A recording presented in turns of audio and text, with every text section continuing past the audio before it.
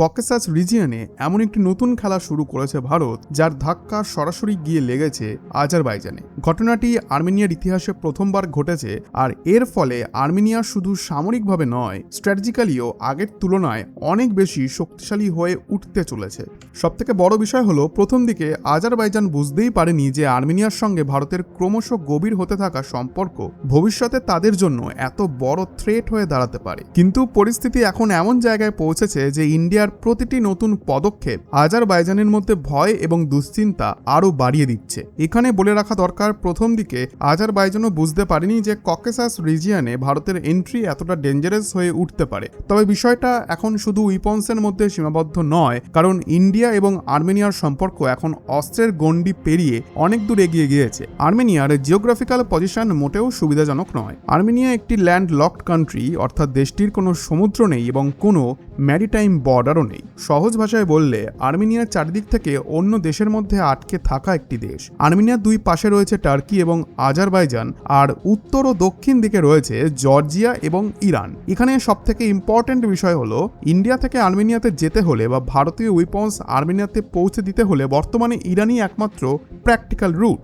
ভারতের কোনো পণ্য বা অস্ত্র সরাসরি আর্মেনিয়াতে পৌঁছাতে পারে না। এখন পর্যন্ত ব্যবস্থা এমন ছিল, ভারতের উইপন্স প্রথমে ইরানের বান্দার আব্বাস পোর্টে পৌঁছানো হতো, এরপর সেখান থেকে চাবাহার পোর্ট হয়ে ল্যান্ড রুটের মাধ্যমে আর্মেনিয়াতে পাঠানো হতো, কারণ তুর্কি এবং আজারবাইজান কোনোভাবেই স্থলপথ বা আকাশ পথ দিয়ে ভারতের উইপন্স আর্মেনিয়াতে যেতে দেবে না। অন্যদিকে জর্জিয়া চাইলে ইন্ডিয়াকে ট্রানজিট রুট দিতে পারে, কিন্তু উইপন্স এক্সপোর্ট এবং ট্রানজিটের ক্ষেত্রে জর্জিয়ার আইন বেশ স্ট্রিক্ট।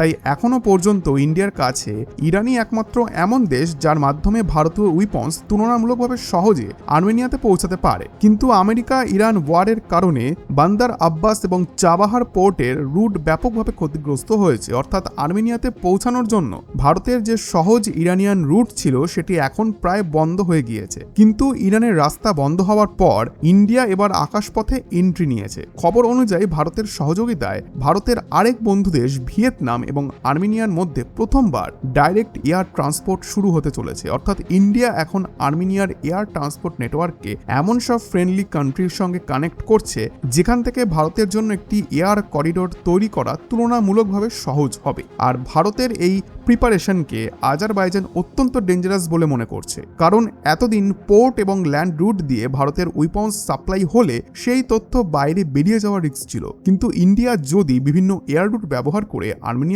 উইপন্স সাপ্লাই করে, তাহলে আজারবাইজানের পক্ষে বোঝা কঠিন হবে যে কোন এয়ারক্রাফটে কি পাঠানো হয়েছে। এখানে বলে রাখা দরকার, এখন পর্যন্ত আর্মেনিয়া এবং ভিয়েতনামের মধ্যে কোনো ডাইরেক্ট ফ্লাইট ছিল না। এমনকি 2025 সালে আর্মেনিয়া এবং ইউনাইটেড আরব এমিরেটসের মধ্যেও প্রথম ডাইরেক্ট এয়ার সার্ভিস শুরু হয়েছিল, আর এর পেছনেও ভারতের স্ট্র্যাটেজি ছিল বলে দাবি করা হয়। অর্থাৎ প্রথমে ইউএই এবং এবার ভিয়েতনামের সঙ্গে আর্মেনিয়ার এয়ার ট্রান্সপোর্ট শুরু হওয়ায় ভারতের হাতে আরও শক্তিশালী এবং বেশি সংখ্যক অপশন তৈরি হবে। আর্মেনিয়া এতদিন এয়ার ট্রান্সপোর্টের দিক থেকে অনেকটা এয়ার লকড কান্ট্রি ছিল, কিন্তু এখন সেই আর্মেনিয়া আকাশ পথে অনেক বেশি ওপেন এবং কানেক্টেড হয়ে উঠবে। এই কারণেই আজারবাইজানের সবথেকে বড় চিন্তা হলো, বিভিন্ন দেশের এয়ার রুট ব্যবহার করে ইন্ডিয়া ভবিষ্যতে আর্মেনিয়াকে ঠিক কোন কোন উইপন্স সাপ্লাই করবে তা আগে থেকে বোঝা তাদের পক্ষে প্রায় অসম্ভব হয়ে উঠতে পারে। অর্থাৎ ইরানের রুট দুর্বল হয়ে যাওয়ার পর ইন্ডিয়া পুরো গেম প্ল্যানকে বদলে দিয়েছে। এবার লক্ষ্য শুধু ল্যান্ড করিডোর নয়, বরং মাল্টিপল এয়ার করিডোর তৈরি করা। ভিয়েতনাম, ইউএই এবং অন্যান্য ফ্রেন্ডলি কান্ট্রিকে ব্যবহার করে আর্মেনিয়াকে ধীরে ধীরে একটি নতুন স্ট্র্যাটেজিক নেটওয়ার্কের সঙ্গে কানেক্ট করা হচ্ছে।